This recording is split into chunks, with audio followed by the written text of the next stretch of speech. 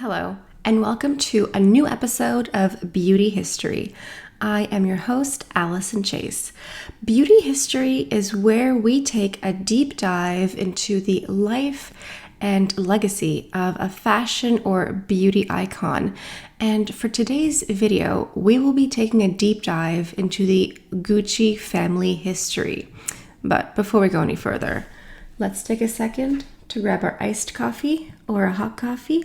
Let's take a sip and let's get started. I am here the first Friday of every month to take a deep dive into the legacy and sometimes complicated backstory behind some pretty big name brands in the fashion and beauty world. So let's go ahead and just dive in. Today we are talking about the Gucci family and its founder, Guccio Gucci. Now, Guccio Gucci was born March 26, 1881, which makes him an Aries. I know that this family in particular has been very popular in media recently. There's a film that is released that we will be slightly touching on later, and this has been highly requested. So he was born, Guccio, he was born in Florence, which is in the Tuscany region of Italy. That's a bit more northern. His parents were Elena Santini and Gabriello Gucci. Now, I have read different claims, so I've read a lot of different sources. Some sources stated that his parents were leather craftsmen, which is very popular in Tuscany. Italy is known for its leather, but Tuscany as well. However, some sources claim that that was fabricated, that his parents did not work in the illustrious leather field, that they were actually straw hat makers. And there are a couple times in today's story where some of the sources don't always add up. We will talk about that later. So regardless of what his parents did, at an early age, Guccio decided to travel to London. So when he was a teenager, around 1897 or 1899, in that time period, he went to London, England. Now, we're not exactly certain why he left. I mean, a lot of people leave home when they're teenagers or in their early 20s just to see the world a bit. You know, it could have been a question of wanting some adventure, wanting some space, wanting to be his own young man and, just see the world for himself. So for whatever reason, he decided to go to London. When he was in the UK, he worked at the Savoy Hotel. Now, this is one of the premier luxury hotels in the UK and in the world. This hotel was built in 1889 and it's been the peak of luxury since then. Since its debut opening, it has had guests like Charlie Chaplin, the Beatles, Marilyn Monroe, depending on the decade. You just had lots of super rich celebrities, even some nobility, some politicians, and this is where Guccio worked. Again, here we have different conflicting sources. Some sources say that when he got to the Savoy, he just worked a variety of odd jobs there. Like he worked as a dishwasher, he worked as a bellboy, as a porter. The porter is, when you go to a hotel and there's someone there to collect all of your luggage for you. Some claim that that's what he was doing. Like, there's just different claims, but he did work at the Savoy doing a variety of odd jobs. And it's also stated that he was able to get a job as an elevator attendant or a lift operator. So at the time, in the late 1890s, electricity was still brand new and the hot new thing. I'm clearly using a lot of electricity today to make this episode, but at the time, electricity wasn't something that people had in their homes to light their homes and to have hot and cold water. And the Savoy was the first hotel in the UK to have an electric run elevator. This was a huge deal. And now when we go into an elevator, we push a button and we go. But at the time, you needed someone to operate and close and open the gate. So having the job of elevator operator or lift operator was very prestigious. Like, you wouldn't just get that as your first job there. You had to work your way up. So it was a really big deal. And so during his time working at the Savoy, he saw high society, he saw nobles, he saw the super rich, and he saw what they were wearing, not only as clothes, but accessories, leather goods, handbags, suitcases, luggage, that sort of thing. And it's really working here at the Savoy that Guccio was able to develop a taste for the finer things in life, just sort of refine his aesthetic, and he was able to discern what the super rich were willing to spend their money on. He saw the different brands, the different names written across the luggage, because he was working as a porter at a certain time. So he just had a lot of access to people's luggage. He just saw the craftsmanship, the quality, and the names. And he realized that people weren't buying items solely for function. They were also buying them because of how they looked and the design. And he also realized that for like a certain group of people, it literally did not matter what the price was, as long as it looked nice and as long as the quality was there. He realized that there was a group of people in the world who did not care what the price tag was, as long as the quality was there. So he got some ideas. So after working at the Savoy, he moved back to Florence in Italy, and he got a job at Franzi, which was, and I believe possibly still is, a manufacturer. They work in leather, of course.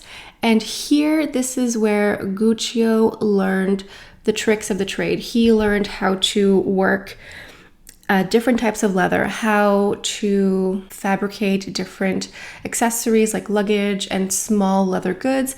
And again, not only with, cowhide, cow leather, but different types of leather, and just basically all of the tools you would need if you wanted to become a leather craftsman. He learned this at Franzi. Franzi manufactured mostly luggage and handbags, which is exactly what Guccio wanted to learn. And it's around this time that Guccio got married. He married a dressmaker named Ada Calvelli. So the couple would go on to have 6 kids together.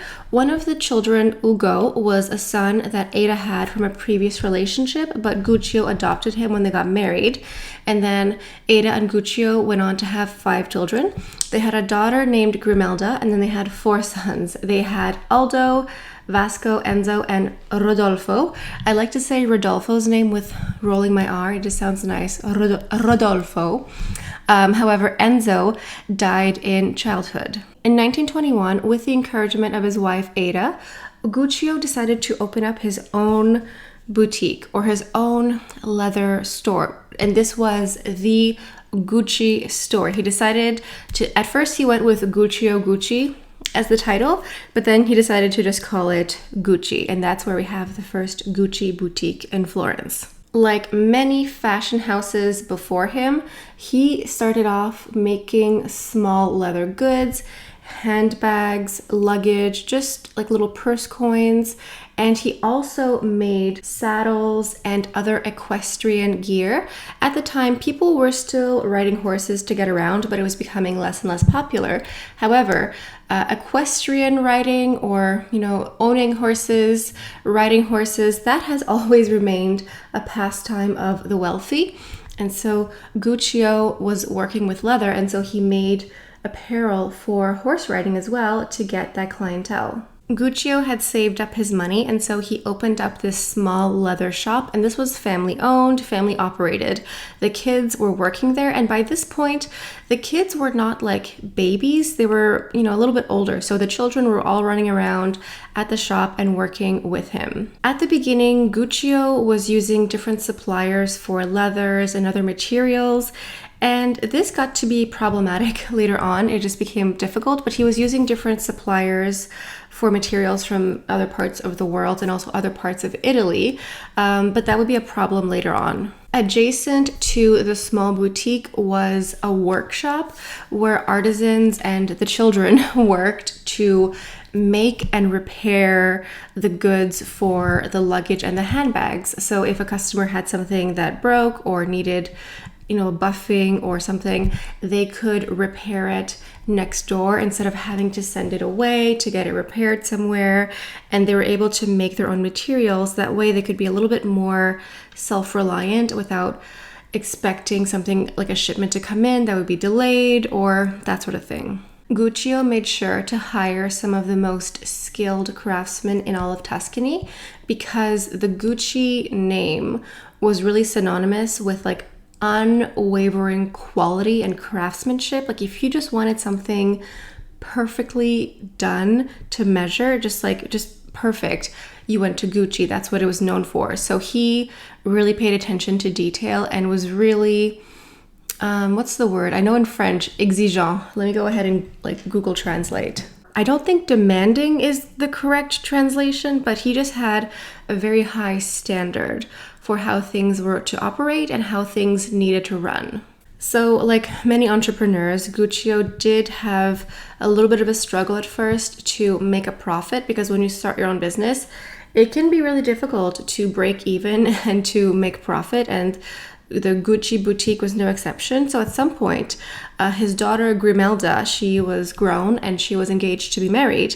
And Guccio's future son-in-law actually loaned Guccio some money just to sort of smooth things out because Guccio was just falling behind. He had to pay his workers and he had to pay for supplies. And sometimes people would buy items and not pay. And so he was just having a little bit of issue. So Grimelda and her now husband, I believe she passed away, but her fiance loaned Guccio some money to help him out with the company. The artisans that worked at the Guccio boutique or at the spot next door were responsible for assembling a single piece. So one artisan was responsible for an entire piece, and that could mean 100 different pieces all sewn together.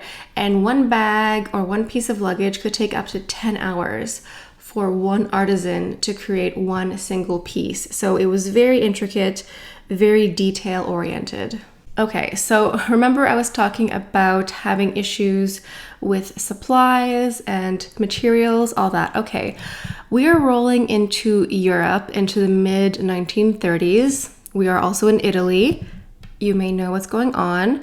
So at this point in time, there was a fascist dictator in Italy. His name was Mussolini. All the scholarly work that I have done has led me to conclude that he sucks. So around 1935-36, Mussolini just really kicked things up a notch in the worst way. Fun fact, Mussolini is known for co-founding fascism, which is an ultra right-wing, ultra nationalistic political view. Isn't that terrible for all of humanity? Great. Hate that for us. Look at these two forking ash holes. How many points for The Bad Place do you think you get when you invent fascism? Probably a lot. Part of Mussolini's national pride meant invading other countries for the glory of Italy. Okay. What's interesting is that for some people, they claim that they liked Mussolini. I am not that person. I'm just conveying what I read online. So for some people in Italy, Mussolini was not that bad. It really depended on your social status, how much money you had, if you were a man or a woman, if you were gay or straight, your ethnic background, your religious background. I mean, that's kind of the tale as old as time, really. Mussolini was really big into having women return to the home and just return to their traditional roles as women, not as women, but as moms. And he just really wanted them to be baby factories because he had a goal of increasing the national birth rate. And to do that, he needed women to just like go home and be baby factories. I did not know this earlier, but Ethiopia was colonized by Italy. And in the mid-1930s, Mussolini decided to invade Ethiopia again. And so this caused sanctions and embargoes to be placed on Italy by the League of Nations. The League of Nations was a worldwide organization whose goal was to maintain world peace after the First World War. Spoiler, it didn't work. And so when Mussolini decided to invade a foreign country, there were restrictions placed on Italy about which materials would be coming in and out. And so that kind of put more stress on everyone in Italy, and especially people who were makers. Like if you were a leather manufacturer and you couldn't access leather, that was kind of tough. But for most people in Italy, Mussolini's regime just meant a huge decrease in the quality of life, a huge economic downturn, and just like a loss of basic human rights. So as stated, he just really sucked. So the League of Nations is placing different embargoes and restrictions on Italy. Then the Second World War starts, which means rationing of everything. And so Guccio had to start using different materials. He couldn't stick to a piece of luggage or a bag that was 100 different pieces of leather because there just wasn't enough leather to go around. And so he had to get creative. It's right before the First World War started in 1937 that Guccio introduced the first Gucci handbags. And so with all the restrictions, he started to use different materials and mixing them with leather. He used a sort of like hemp-like material and mixed it with leather. So he would use leather still, but he would focus them on the points of a bag that get the most wear. And so he would put leather on maybe a handle or the corners of luggage, really just the pressure points that get the most usage, not the entire bag. And it's funny because a lot of these styles are very iconic now and very Gucci, but at the time they were made out of necessity. After the Second World War, Guccio came out with the now iconic bamboo handle Gucci bag. And this was literally just because he didn't have enough materials, but he just created something different and now it's iconic. So fabulous for him. Guccio also started getting into silk scarves around this time, which would later become extremely iconic. I mean, a fabulous silk scarf from a luxury brand is great, but Gucci is known for some very floral prints like that. And as I mentioned, the rations were affecting his manufacturing business, so he started using different canvas and cloth materials. And this is where the red and green stripes that are very Gucci came from, just out of necessity. You know, sometimes necessity, what is it, like something about creativity and necessity coexist very well together. During the Second World War as well, the Gucci brand, the Gucci boutique, also manufactured boots for the Italian army at the time. And the son, Ugo, the one from Ada's previous relationship, he actually got disowned from the family because he joined the fascist party at the time. It's a choice, but he was effectively disowned from the entire family for being a fascist. Yeah, okay. Now, I think you could describe Guccio as a very traditional man, maybe a little bit stuck in his ways. So at the time, his children were working with him at the boutique, and his son Aldo is the one who stood out the most. He seemed to be the most invested in Gucci and growing it. And he kept asking his dad to expand the brand and to expand the boutiques and to just open up different locations. And his father just really wasn't into it. But eventually Guccio listened to his son Aldo and they opened up another location in Rome. And they also focused on accessories. So leather gloves, wallets, keychains, just like small little leather goods.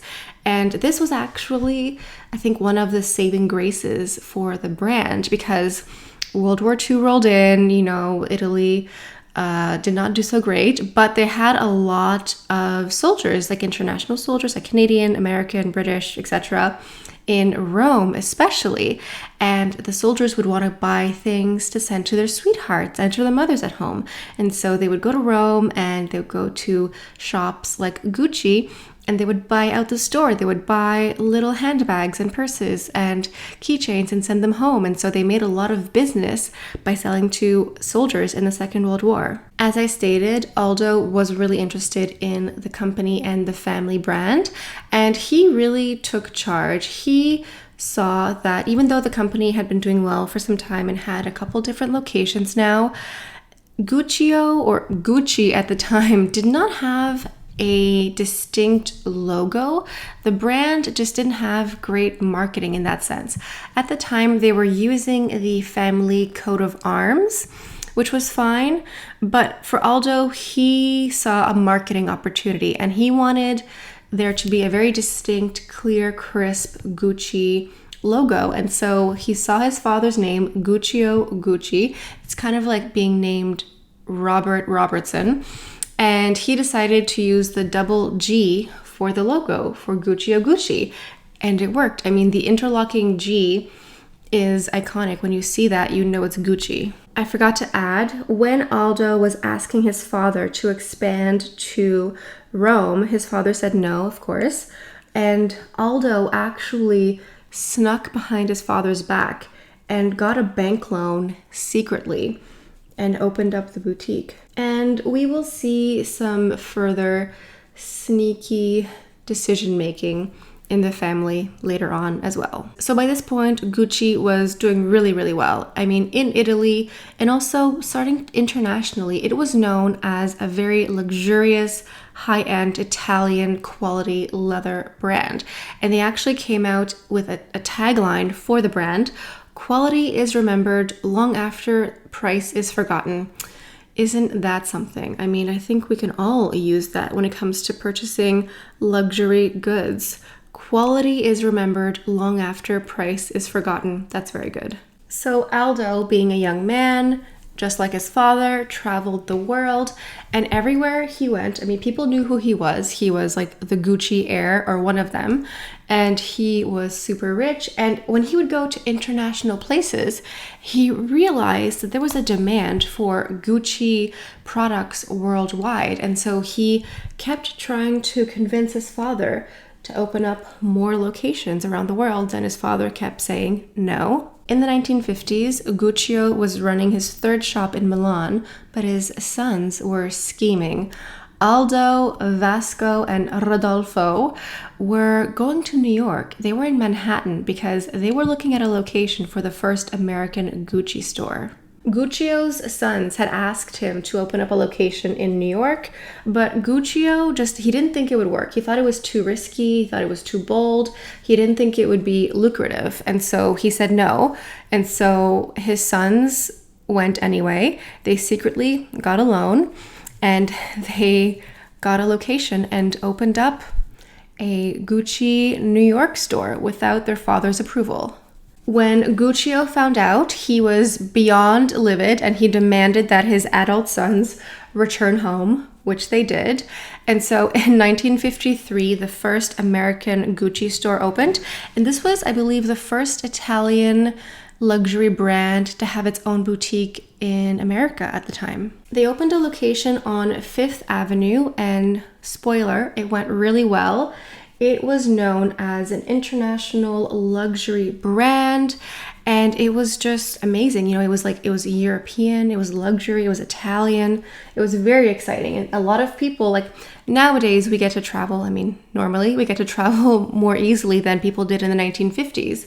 And so if people wanted to buy luxury leather goods from Tuscany, they, might have a harder time to access that. But now they had it in Manhattan. So it was great. This really kicked off Gucci as an international luxury brand to be celebrated worldwide. However, the celebrations were cut short because that same year, 1953, Guccio passed away.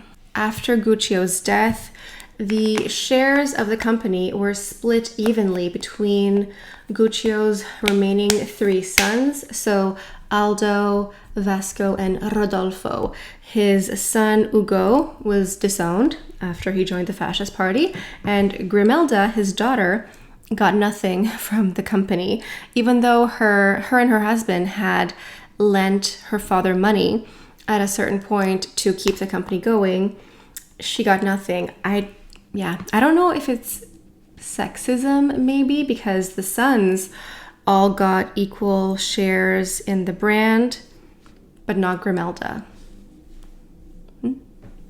It wouldn't be the first time we see a family skipping out on legacy based on gender. So after Guccio's death, it really remained business as usual. Each son who got something had a different role in the brand. Aldo focused on expanding the brand internationally and just really pushing that worldwide. Rodolfo ran the shop in Milan, while Vasco was in charge of the factory in Florence. So everyone had their job except for Grimelda. Rolling into the 1960s, so Gucci, international luxury, we love it. There are stores in Manhattan, there are stores in Palm Springs, in Beverly Hills, and at this point in time, Princess Grace Kelly of Monaco is a fan of Gucci, and she bought one of the iconic bamboo-handled Gucci bags. Rodolfo saw that Grace Kelly was a client. He wanted to offer her something like a gift with purchase, you know, like a special touch from the Gucci family itself, but she's a princess. He needed something extremely iconic, one of a kind, not just like a random gift with purchase. So Rodolfo actually commissioned an artist to create a print for this scarf, and the inspiration was Botticelli's Allegory of Spring. There were 43 varieties of plants and flowers and insects, and dozens, I think 37 different colors on the print itself. So it's just like an explosion of flora and spring and color and beauty and elegance and grace for Princess Grace Kelly. He wanted a scarf that would be as elegant as her, and so he knew that he had to have it commissioned specifically, not just something off the rack. And it's interesting because the Gucci Flora print is still so iconic, and the name Flora is something you see a lot in Gucci, in the fragrances, in the cosmetics. Like, it's iconic. Flora is synonymous with Gucci. Around this time, we also saw a very iconic Gucci staple that came out. This was actually Aldo's creation, and these are the Gucci loafers. So when these came out, people were kind of like, really? These what? Loafers? Moccasins? But at the time, women were still wearing high heels a lot. I mean, women still wear high heels, but these loafers were basically just like walking around in soft, cushiony slippers, and they became extremely popular. They became synonymous in the 60s and 70s. You know, the type of Gucci loafer was very high class, very comfortable, and very chic.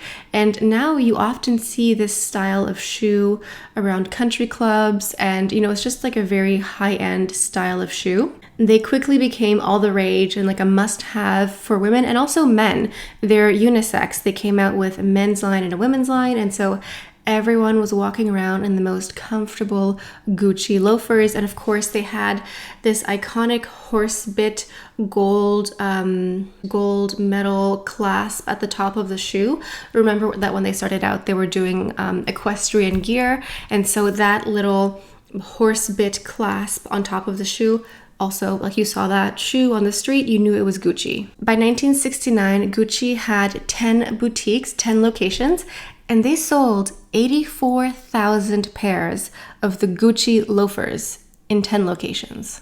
US President at the time, John F. Kennedy, claimed that Aldo was the first Italian ambassador to the United States. As the years progressed, Gucci continued to open locations.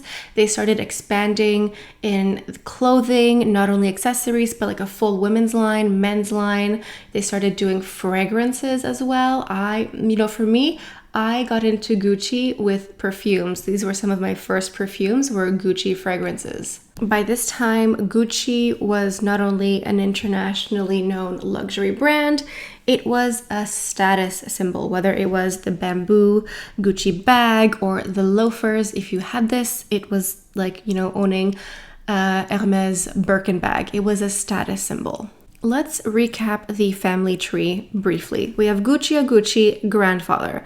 We have his 6 children. We have the son that was disowned, the son that died in childbirth, the daughter, doesn't count. Then we have the 3 sons. We have Aldo, Vasco, and Rodolfo. Now, in 1974, Vasco passed away from cancer. He did not have any sons. Did he have daughters? Who cares?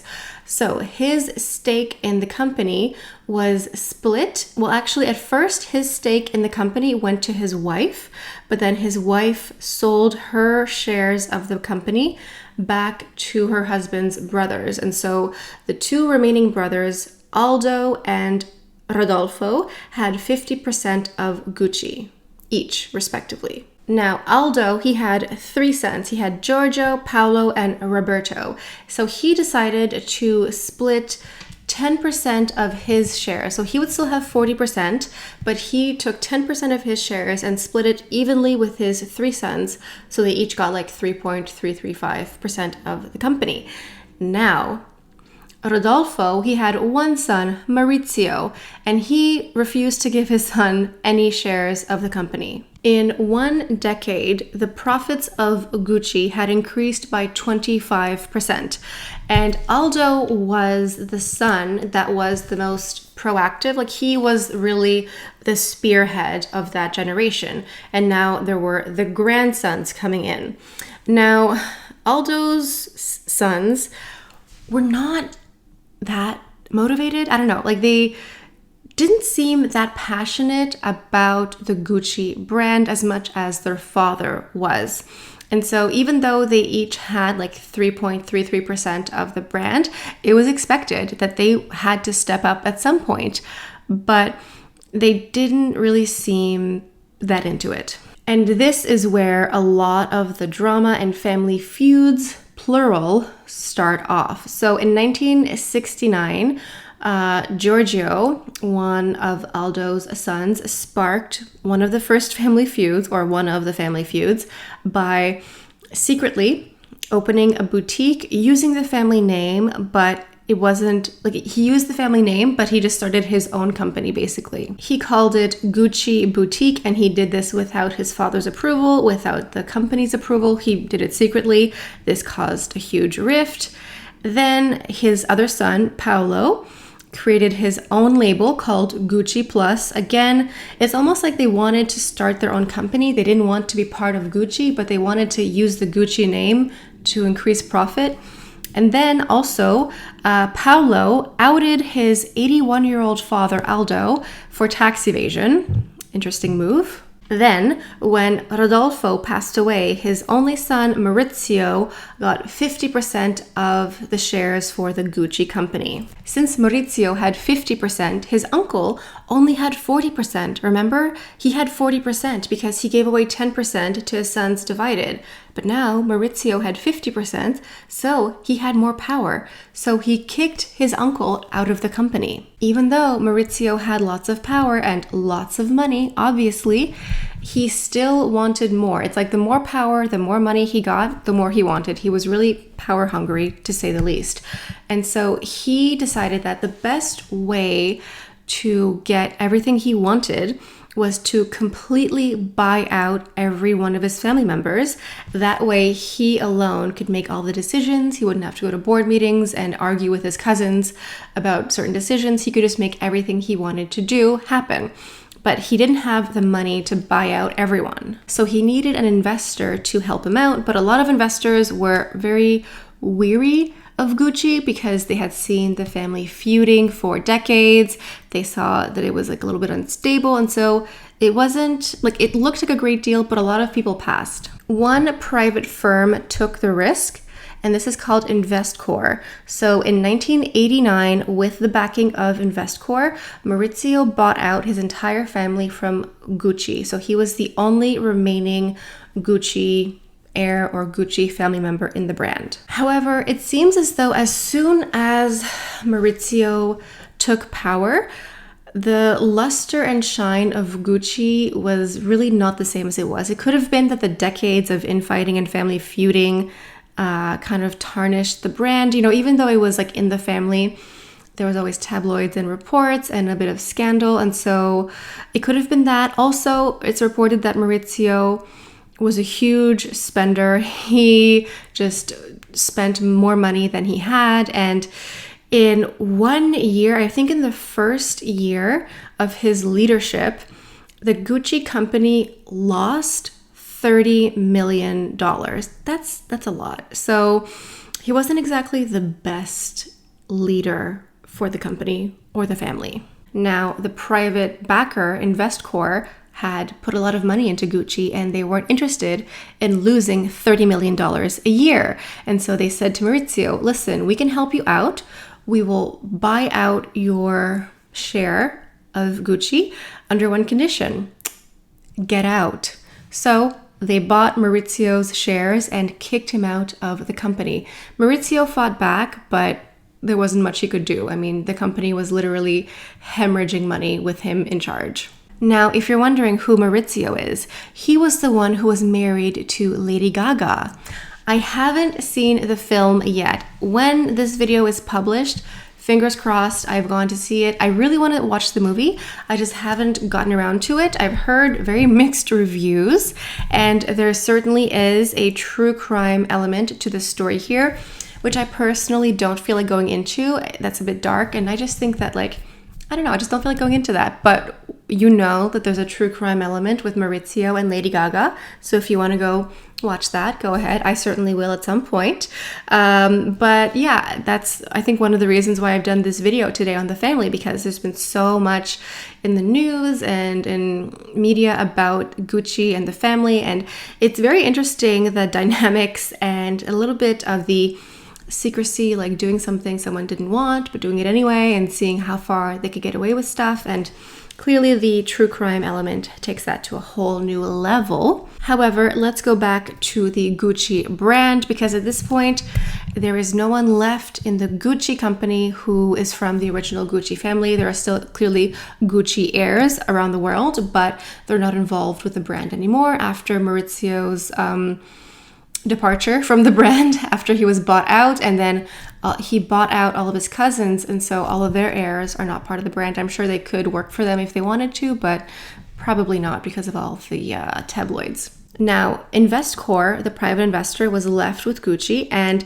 they hired a creative director, Tom Ford, and this was in the 90s. And Tom Ford really elevated Gucci to a whole new level.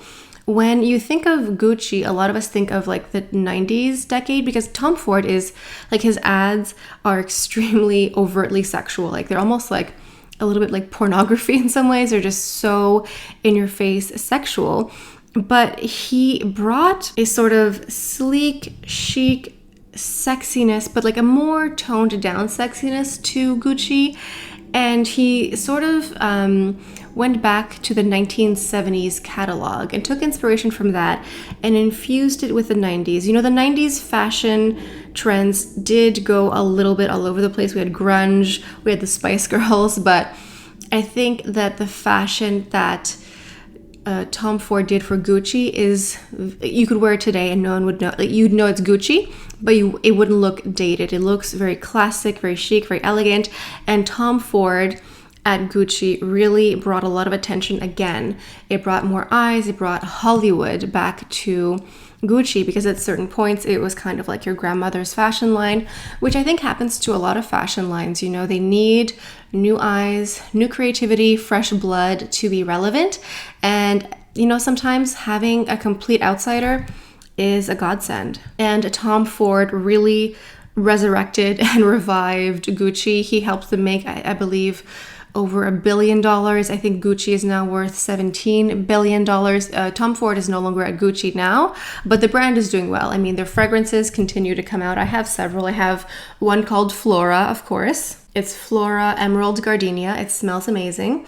I also have a Gucci makeup that you've seen me use today. Gucci Cosmetics is really doing very well. You know, they've come out slow and steady with different products, face powders, bronzers, foundations, etc. I haven't tried their foundations yet, but they have lipsticks, eyeliners, mascaras. They've just been doing like a slow and steady release every couple of years. And everything that I've tried cosmetics-wise from Gucci has been amazing, outstanding. The packaging is extra. It gives you like a bit of a vintage, gold, luxurious vibe. They're doing really well. And this is a story of how a humble young man from Florence went to London, became a porter for a very luxurious hotel, and then built an empire worth billions of dollars. I've read different conflicting sources saying that there was a lot more family turmoil and conflict. I'm certain that the film will dive into this even more. I haven't watched it yet, as I said, but I think I've given a little bit of a hint and, I don't know, idea of how some of the dynamics were working. Clearly, in my opinion only, it seems as though this family was very traditional in their roles. I mean, the fact that Grimelda was not given any role in the company says a lot. And it seems as though it kind of seems like a very macho environment and like constantly trying to like get one over the other. Even though they were all extremely wealthy and had lots of power, there was always that like, but I want more. Interesting. Hi friends, it's me from the future. For some reason, the end of my video is not usable, so yeah, that's a thing. So I'm here to re-record just the end, thankfully, knock on wood. The rest of the video is correct. Now, I just wanted to add something else to my beauty history episode here.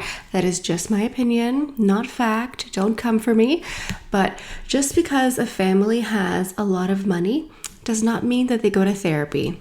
That needed to be said.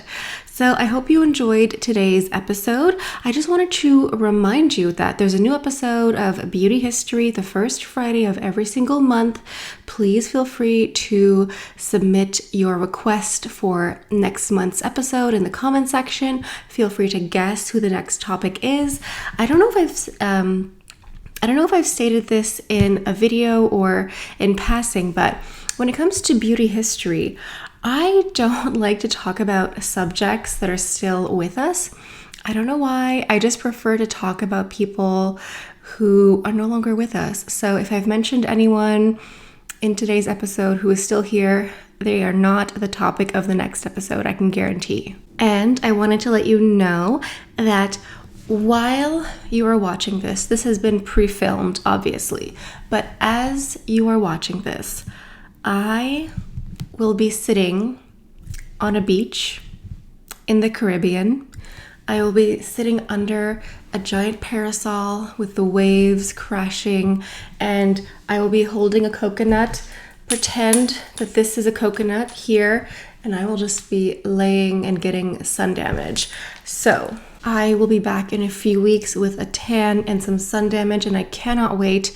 I live in a climate that is quite bleak for winter, so I am looking forward to my temporary exodus. I hope you all had a lovely holiday. I hope you had a wonderful new year. I hope you have peace and love and joy and all that. And I will see you in a few weeks. Bye, guys.